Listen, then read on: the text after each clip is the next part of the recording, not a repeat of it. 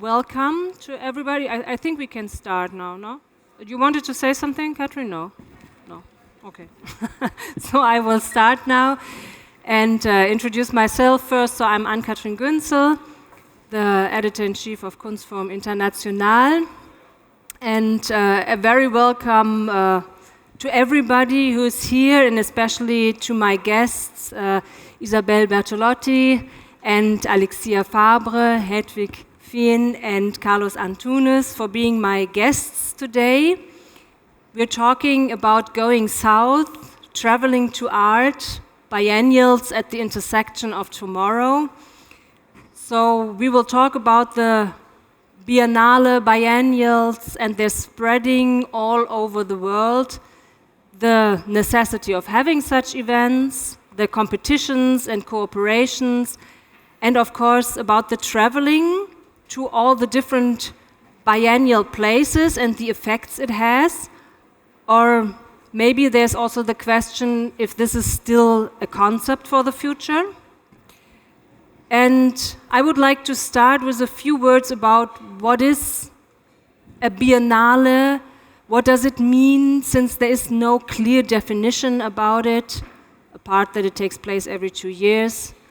And it came up first in 1895 was the first Biennale di Venezia, and it was an Esposizione Internazionale it was called, so a model that has since spread all over the world in a wide variety of formats.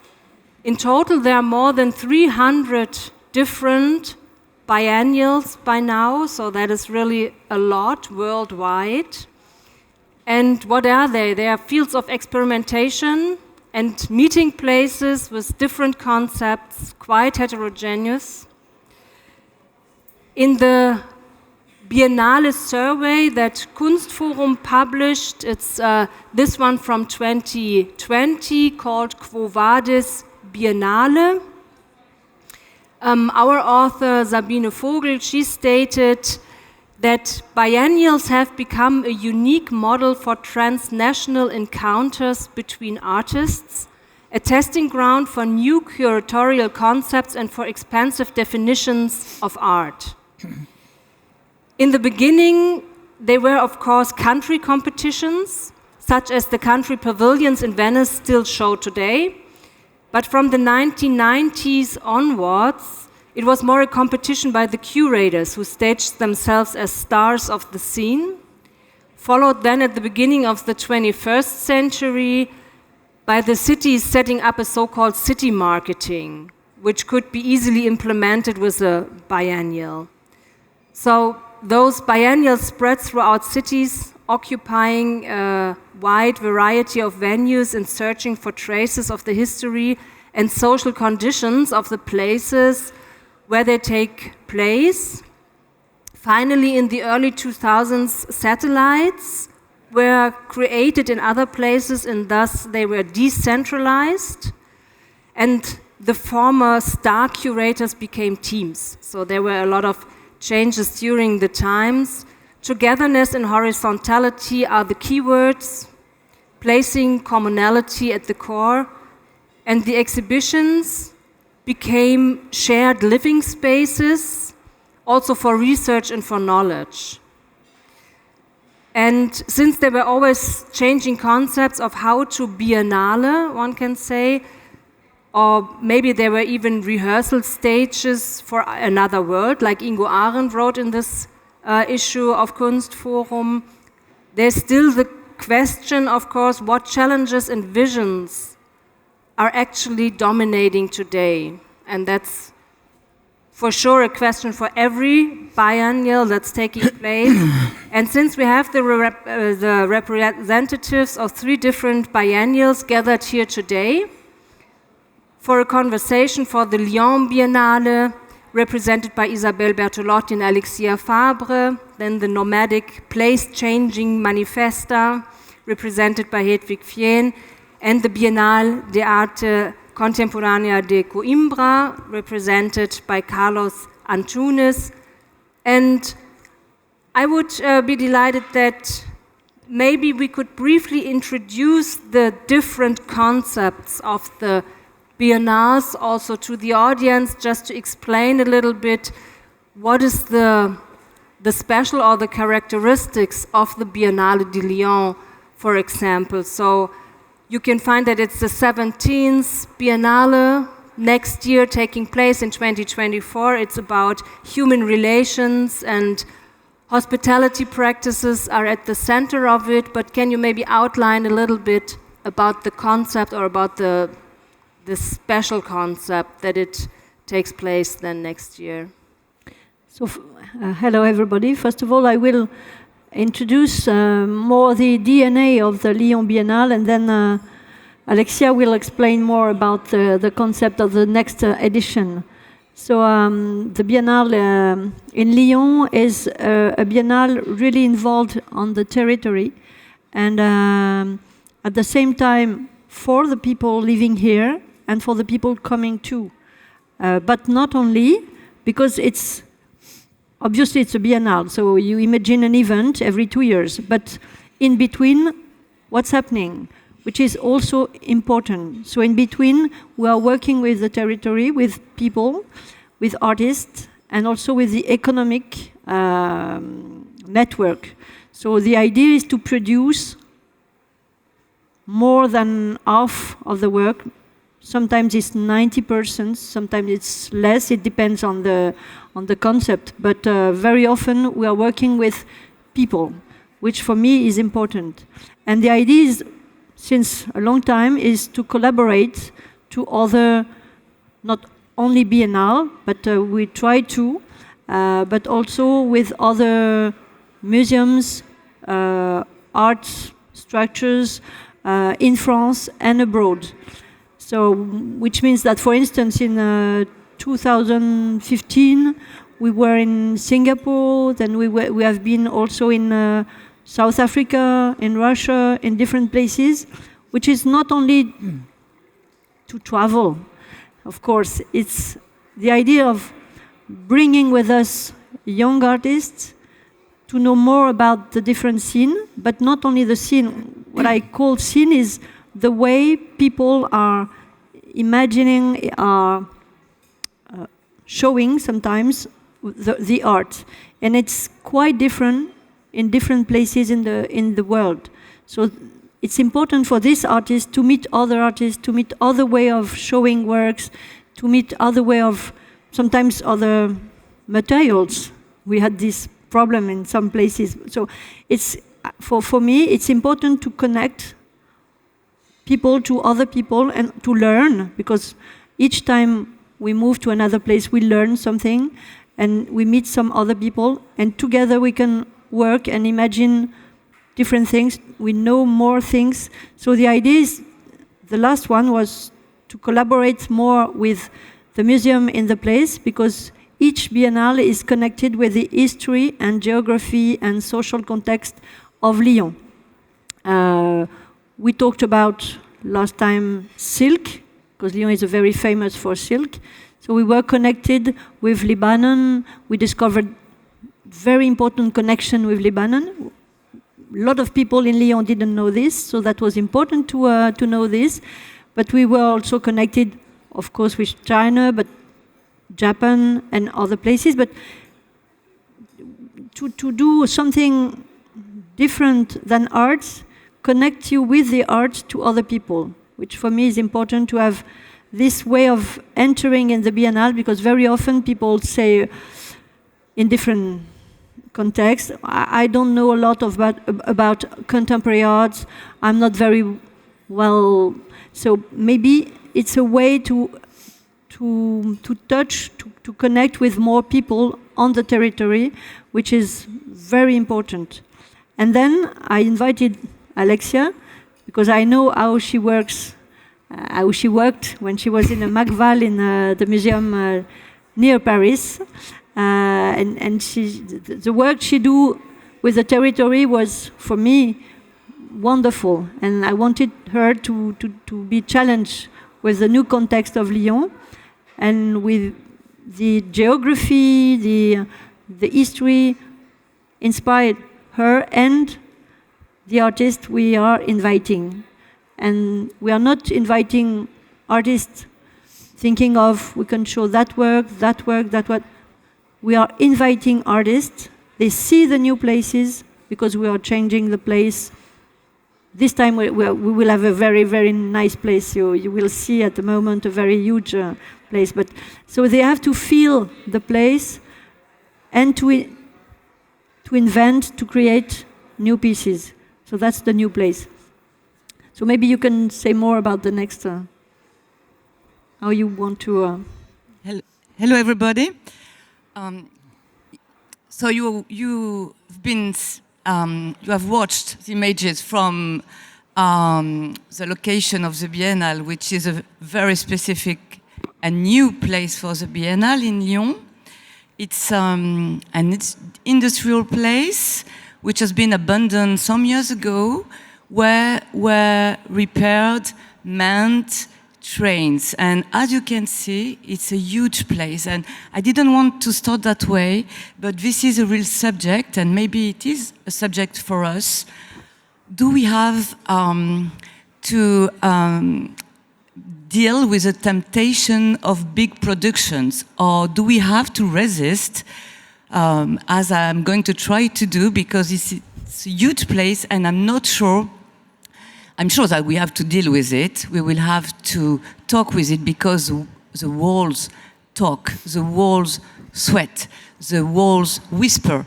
Still, we have to think about the subject of production and how, but you told about that, we have to think that subject, staying in the territory. But anyway, this is, well, a Biennale to me is, you have talked about the territory. I would like to talk about the time it is, the occasion to invite artists, to show how we trust artists, and to invite artists to work for, but also to work with the audience and the public and the population. So you've been talking about that. But to me, yeah, this is a question of trust, of invitation. This is also the subject of the Biennale, subject of relationships, of welcoming and how we can encounter the others. In the other hand, of course, we think about meeting, welcoming, because we know today how dialogue can be complicated sometimes. I don't know if you will going to talk about that. But this is an intense subject today. So as we are going to welcome the Biennale in an old factory, which used to be a place for politics, syndical fights, this is a national company of trains in France, so maybe you have heard about how many strikes and important fights have become there, have started there. We want to show and to welcome artists in a real invitation, and to let them interpret the subject of relationships and the other side of that. So this is a very open invitation. For production, we will show some pieces that already exist, because we can't do without some pieces that relate so much to the subject. But almost this is an occasion to produce in a very local way, but to produce with also the population, to extend the dynamic of creation before, during, after, to work on a very big territory, because this region is very big. It goes from the mountain nearly to the south, and we try to work with the idea of confluence, of influence, how we get richer, encountering, meeting the others. Maybe you know that Lyon, like many other big cities, is crossed by two big rivers, so two circulations roads, as we can say. And so this is really the idea of being in link with this very special geography. But maybe I'm too long. No, thank you very much. I would like to talk about the audience and the invitation to the audience and who can be the audience of all these biennials later on. But first I would give the word to Hedwig Fijen to present also to our audience here the Manifesta a little bit and the concept of it, because it's a very, very special concept also. Thank you, Ann-Katrin. Wonderful to be here. I'm coming from Barcelona. Manifesta 15 is taking place in Barcelona. Maybe the difference between all the biennials in the world and Manifesta is that we're moving every 2 years to a new city. And the last 4 editions were in the south of Europe. So we concentrate on Europe, and from Palermo, Manifesta 12, to Marsilia, Manifesta 13, to Pristina, Kosovo, Manifesta 14. We're now in Barcelona. I think also the main change, to keep it like really short, the main change between Manifesta and the rest is that we are invited with a very special task. So it's not to make an exhibition only or to do something on the visual arts. We changed since Manifesta 12 from l'arte contemporanea, contemporary art, to interdisciplinarity. So we work with architects, environmentalists, biologists, futurologists, and this is also reflecting in the concept. But the most important, since Manifesta sometimes goes to cities where a biennial context or a contemporary culture context doesn't exist, we want to invest the money into long-term sustainable projects. Just to give you an example, in Pristina, where Manifesta 14 was taking place in 2022, we have still part of the Biennale open. We created with Catherine Nichols, who is here from Germany, from Hamburger Bahnhof, we created a center for narrative practice and a center for telling stories. Otherwise, why did we do this? Kosovo is a post-conflict war country, and the young generation had a need to tell the stories in a different way. So the Center for Narrative Practice is about radio station, podcast studio, libraries, but also trauma workshops. This is just an example. I see some in the audience who have been in Pristina, so they know a little bit more about this. Barcelona invited us, Ada Colau, the former mayor of Barcelona, invited us to do something completely different. She said, and this is part of the research Manifesta did, the center of Barcelona has very beautiful museums, but the entire metropolitan area where the Catalan people live do not participate in these museums. And the icon of Barcelona, the Sagrada Familia, is catering for tourists. Can Manifesta help us create an alternative cultural ecosystem? And I said, do you want us to make 12 biennales? She said, yes, in principle, yes. So we did not start with hiring a curator or anything. We invited architects, futurologists, but especially the citizens. Because who are deciding about the future? And you see the 12 cities, these are the citizens. And there is a couple of organizations in Catalonia called Decidim, who work with citizens, and they sat with 100 citizens in these 12 cities to find out what are the main topics. This was a year ago, and we invited also 10 international collectives and researchers to go from these topics into, let's say, statements. And we're working now on drafting a Magna Carta. What is a Magna Carta? It's a basic new social contract for Barcelona, but it could also be for Düsseldorf or for Amsterdam or for London. Because everybody in this Bürgerinitiative decided to say to Manifesta, maybe we don't need art, maybe we need something else. And what you see here is like the 3 main conflicts or the main issues which brought on the table is how do we see a future together? What sort of new social contract do we need?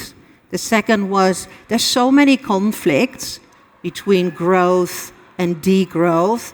On whose side are we anyhow? And then you see here cure and care. For whom do we care? And who cares about the world? Who cares about, that's called Sorolla, who cares about, let's say, the green lung of Barcelona? And these are the 10 collectives and researchers. And also one researcher, it's Anaïs Florin and Arquitectos de Capçalera. They're very local. They said, this Manifesta needs to be about a radical locality. It's not about bringing international tourists. We're dying of tourists. We have 20 million tourists a year. So don't use it like this. So we created a list of collectives who are translating what Manifesta possibly can do. I show you Embassy of the North Sea.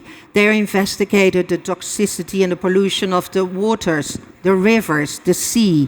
Lara Schnitker, she's from LA, she's comparing feminist suffragettes, 19th century methodologies with, for example, the Extinction Rebellion. And she's creating a work with the dissidents from the textile industry and the feminist societies in the different parts of the metropolitan region.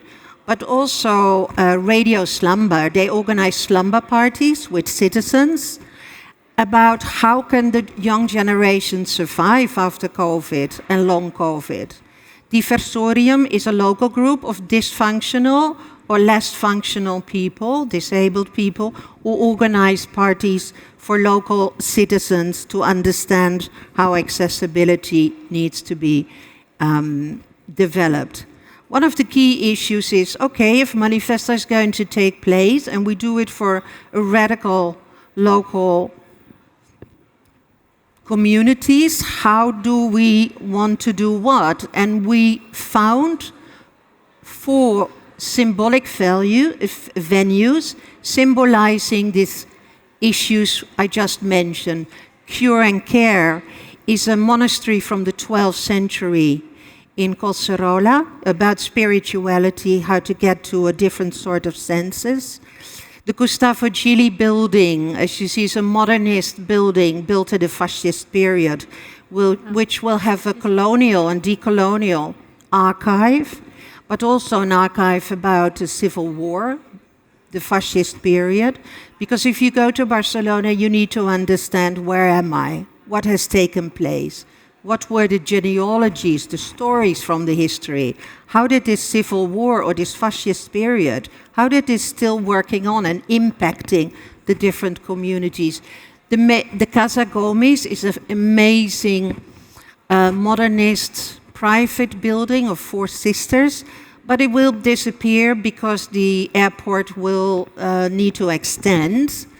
And also a turtle beach where breeding turtles are protected will disappear if we select for the growth of tourism and the growth of the airport. So all these venues symbolize one topic. The main venue will be these 3 chimneys, a Tate Modern before the Tate Modern was existing, and it is the symbol of fossil fuel. And we have invited local communities. What do we need to do with such a kind of space? Does it need to become an environmental center? Does it need to be turned into a park, a vertical park? Does it need to become in housing? So this is what we are going to discuss. We can't say a lot about what it's going to be, because everything is going to be in process, and it's depending also how local communities want us to continue with this. So, for example, on the grounds around the 3 chimneys, we will invite political activists who somehow need to have a voice about what is building, which will definitely disappear if the sea level rises in the next decade for 2 meters.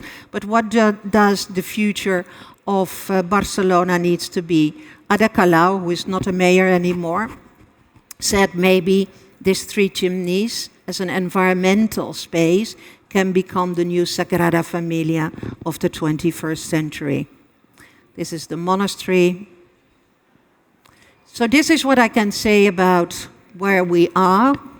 And I am not allowed to say, don't come to Barcelona next year. I'm not allowed to say it by the people, but in principle, the next Manifesta is for the Catalan people to rethink, imaginer their future. Thank you. Okay, thank you. So we have here already also the invitation to a special audience, to a public that you define as the citizens. But before talking about that, let's hear Carlos Antunes about the Bienal de Coimbra. I'm really happy to be here, especially because I really respect and appreciate these two Lyon and Manifesta Biennial. In order not to get lost in time, I wrote a small text. I will start immediately and then we can talk. With sound, please. You have sound in this video. It's really important. Ave Maria, os teus olhos não são teus, são duas Ave Maria.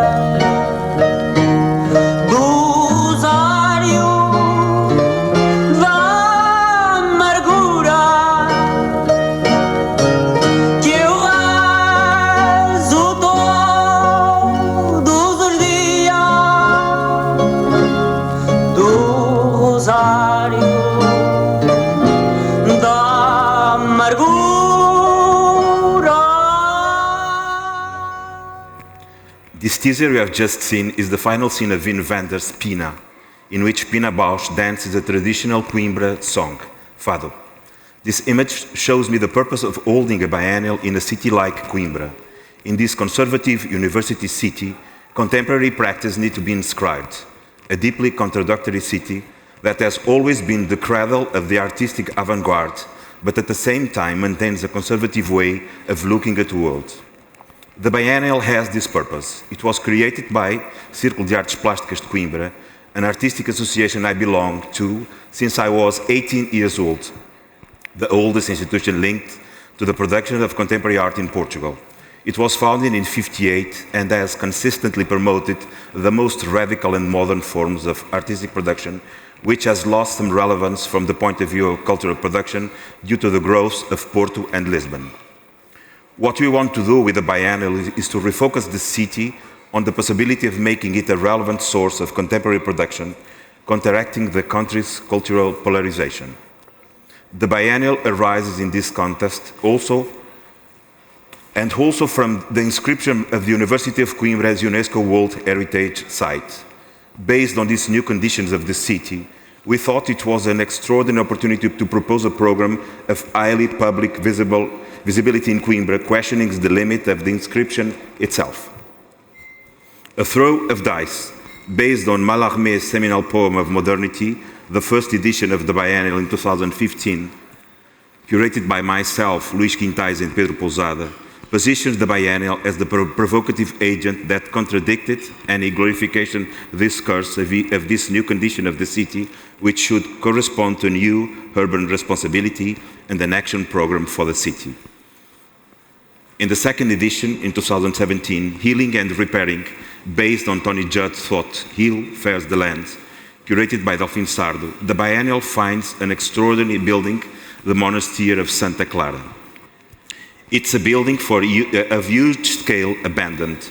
The city is divided by a river, monumental on one side where the university is, and on the other, more peripheral, where the monastery is, both facing each other.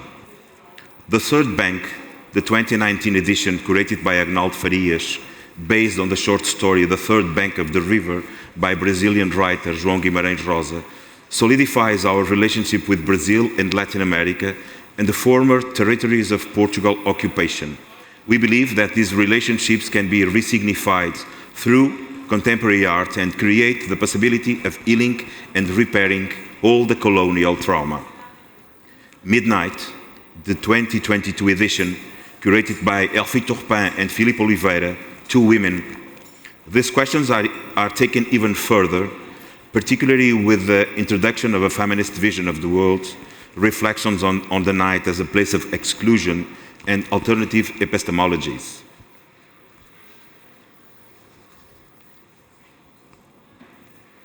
The Phantom of Liberty, based on a film by Luis Buñuel, the 2024 edition, curated by Marta Mestre and Ángel Calbulloa, based on the commemorations of 100th anniversary of the Surrealism Manifesto and the 50th anniversary of the April 25 Carnation Revolution that introduced democracy to Portugal, will once again be an opportunity to reflect on these periods and not to exalt it. Latin American and African countries will occupy a very central place in what will be our program. However, I would like to end by saying that the last thing we want is to be held hostage by our geographical condition.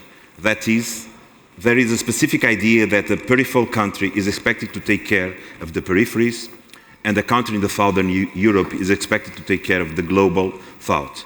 We tend to resist this vision because it seems to be a neo-colonial view of the expectations that geography places on us. So the Biennale is about this condition, but it's also about the opposite.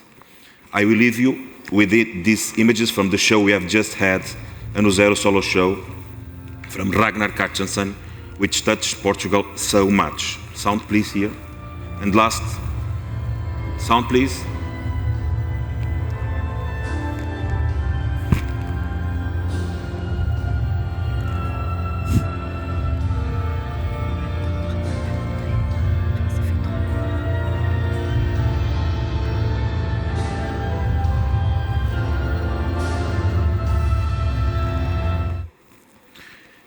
And last but not least, the 12th century map of the Arabic geographer Al-Idrisi, representing the world upside down, a wrong and Eurocentric way to refer to it.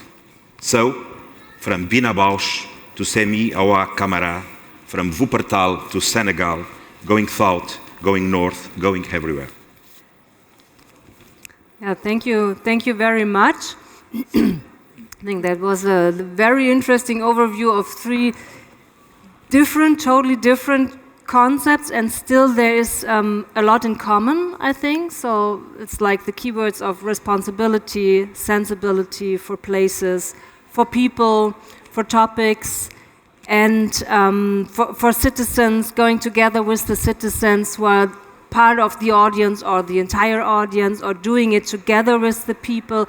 And since it's not the first time, the next year you are dealing with these topics and with these concepts, my question would be, is this choosing the audience or inviting this kind of audience going outside of the cities in the outskirts, does this also function for the periphery of society? So does it really work with this going together with citizens and having a different audience than this art audience that you might meet here maybe at the Art Cologne, but it's like a totally different approach. And I think it's a very difficult approach also to do it this way, because going outside does not mean that the people have access, really. It's still always a privilege also of education, of financial resources, of time you have to really do all these concepts or to participate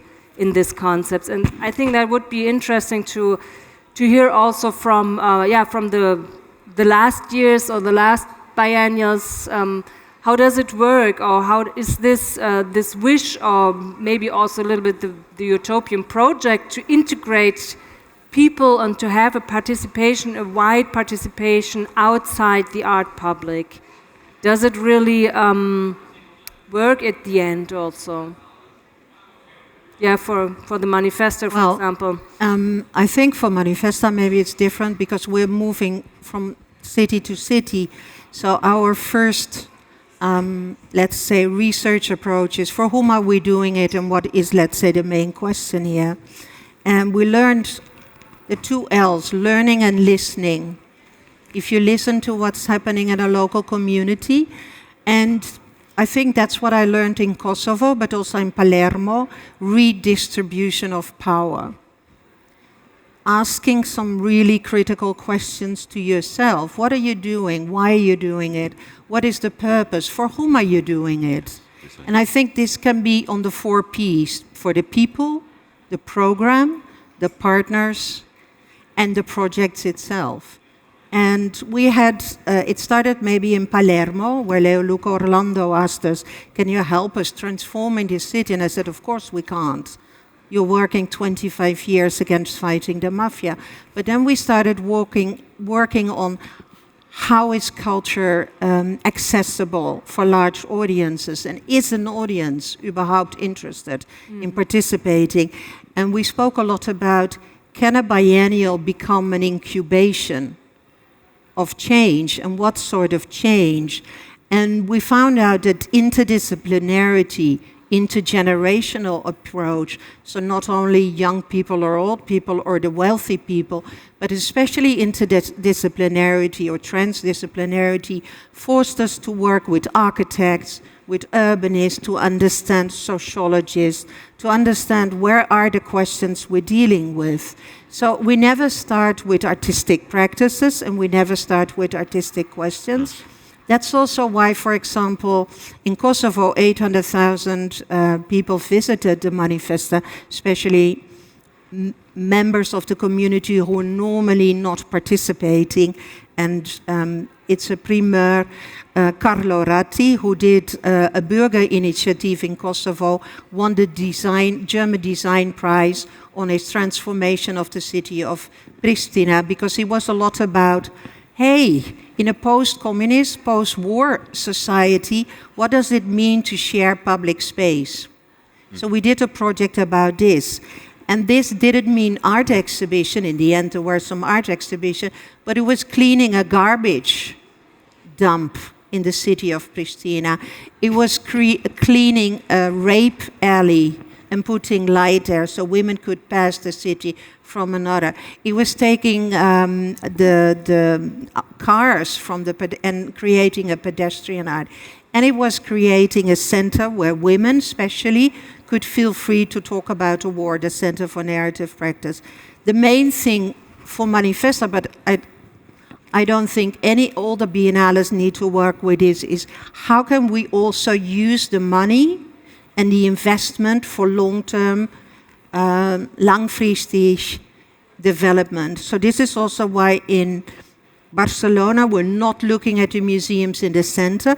We're looking into connecting these 12 metropolitan cities. And I approached my colleagues in Sharjah, Liverpool, Venice, Documenta, Berlin, saying, if we're dealing about environmental issues, if we're dealing with, let's say, overconsumption and overexploitation, let's not invite the art audiences to fly to Sao Paulo, Sydney, to fly to, Shanghai, but let's work together and exchange the works we are producing, because also many artists are complaining at this moment.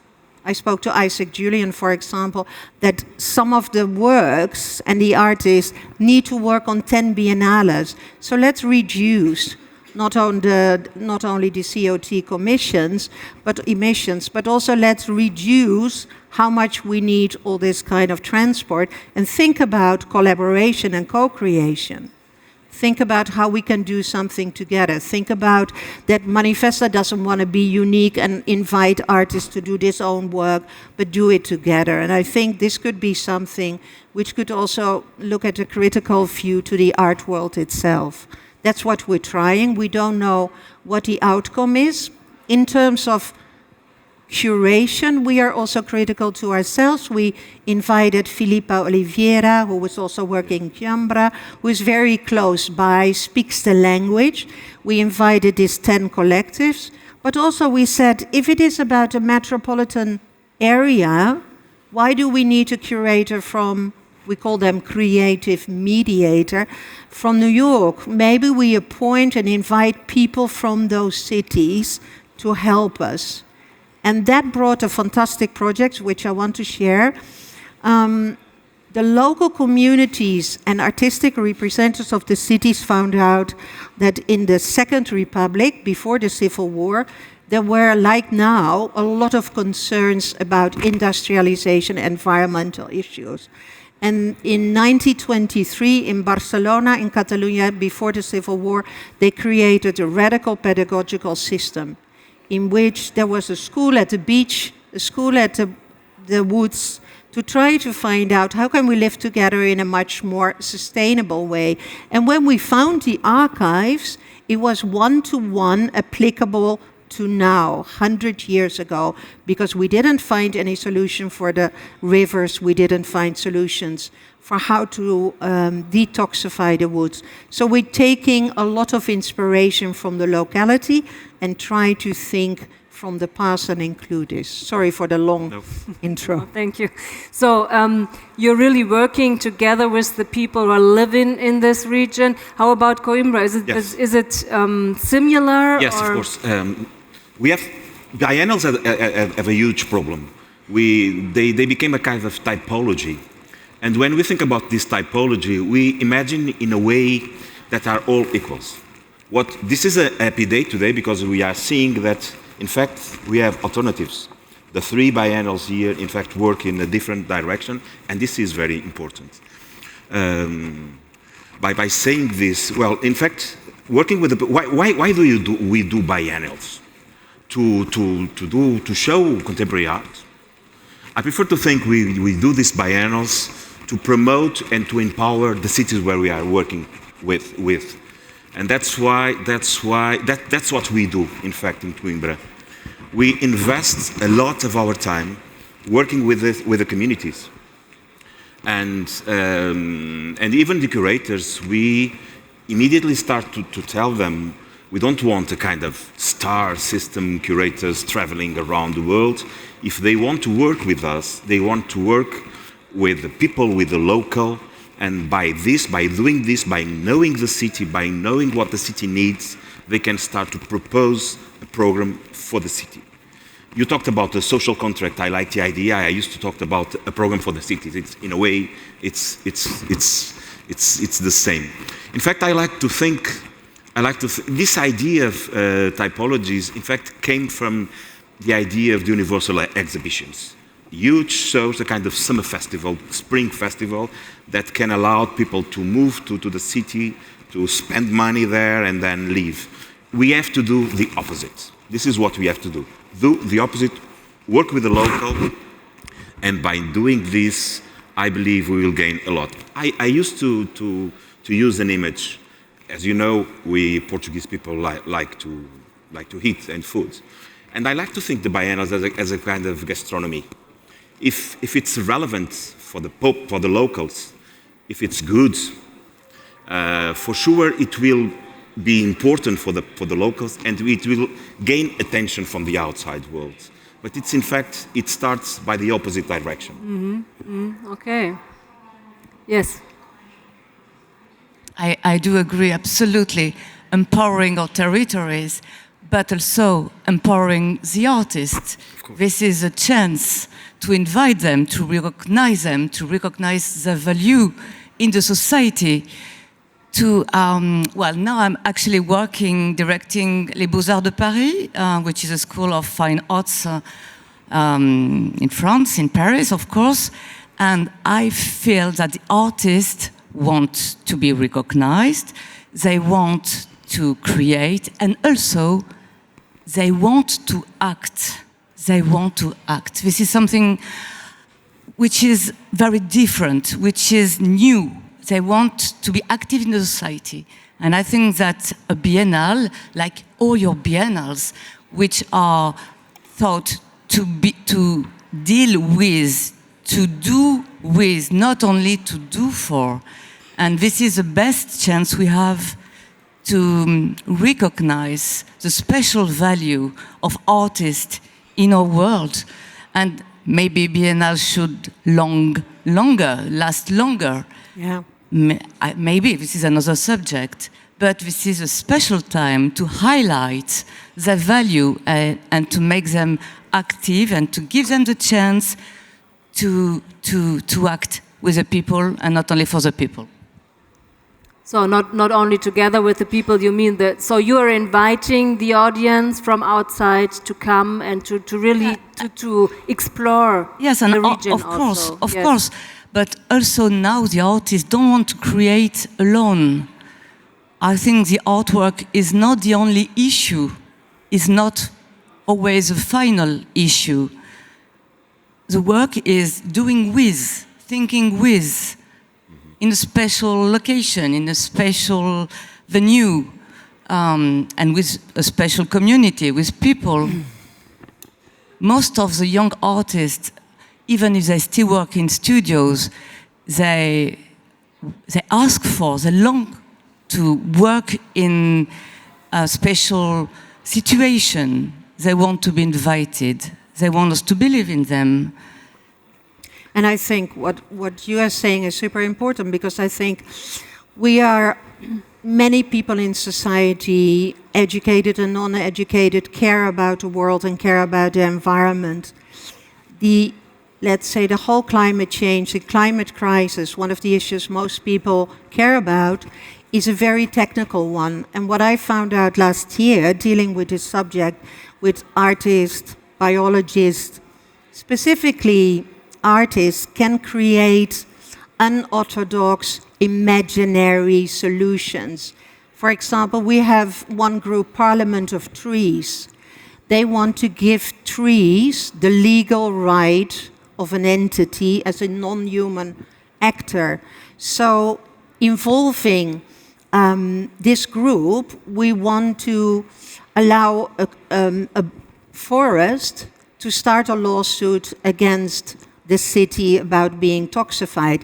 People understand that. People are enthusiastic about those things. So the imaginary power of what artists can do in trying to give a direction to some of the key issues in our society is crucial. I agree. One more thing I Yes. would like to add is, what's the difference between a biennale and an exhibition? For me, it's quite different. An exhibition is a theme and a collection of works, and you can work with artists, of course, but it's a specific purpose, which can be in a city or another one or everywhere in the world. But a biennale for me is an event.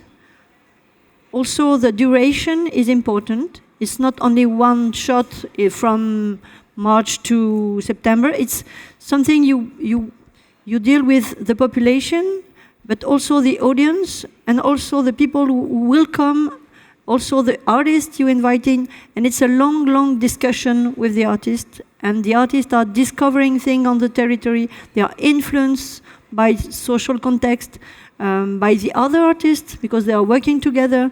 There are not only few artists, it's a huge number of artists, and it's a discussion, how many artists to invite, small, a lot of, it's discussion we have, not only concerning the budget, but also the way you are inviting them, do they have to travel, and also we can say that we will co-produce something with other Biennale, but will the work you will produce travel in the same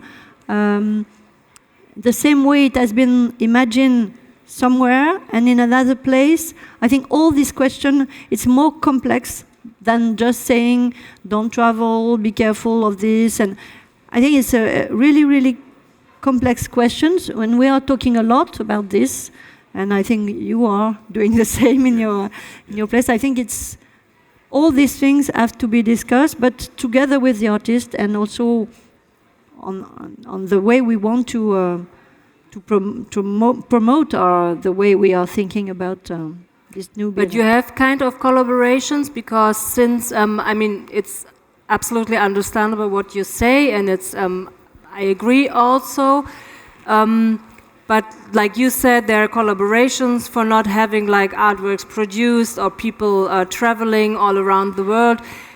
Since we have more than 300 biennials, it's a lot, so you could almost every day go in another place and look at something different, and even if there is a characteristic for the place and a site-specific work, it still remains the problem of the traveling around and of this art public traveling around to all the different places. And of course the question, is this necessary? Do we really need so many biennials, or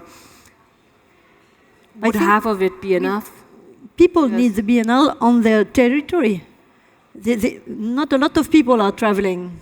I think we have the idea that all the world is traveling to Barcelona, then to Lyon. It's not true. You don't think so? They're not traveling everywhere in the world. Yes. We are traveling, all of you, and we are traveling, but A little not bit all of with an electric car. But I think it's a good to say the typology of a biennale is being confused. A biennale is not only, and I think not all the 300 biennales are just extreme exhibition production centers. Many of the biennials, especially in non-Western countries, have a very important co-creation, conscious, and even activist local urgency. And I think we can work together with all the biennales to promote that function of a biennale. Think about a biennale not only as a kind of exhibition, think about it as a kind of, as I said, incubation for social creation. Maybe in Coimbra there is a lot of need to rethink what the fascist period had done today. Or, for example, in the Netherlands, it needs to be thought the colonial slave trade. This is part of it. So it can be an instrument for change, and artists and culture are very much needed. That we need to be critical to ourselves.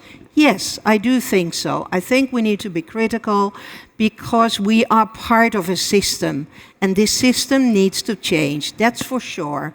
How we do it, in which time frame, as you say, the complexity of this question is also extremely difficult, but we can make into a positive, constructive attempt imaginary solutions, and I am trusting cultural interventions and artistic practices in this. But I think it is nothing worse about being critical to yourself. Yes. So maybe that's a good Schlusswort. Katrin gave me a sign to... Our time that's is a pity. already... I thought we just started. Yes. Unfortunately, we're already at the end. Maybe there's time for one or two questions from the audience, if there are questions you have. Otherwise, I would thank you for coming and for giving us this impression of the biennial. Thank you very much. Thank you. And thanks also to you for coming. Thank you.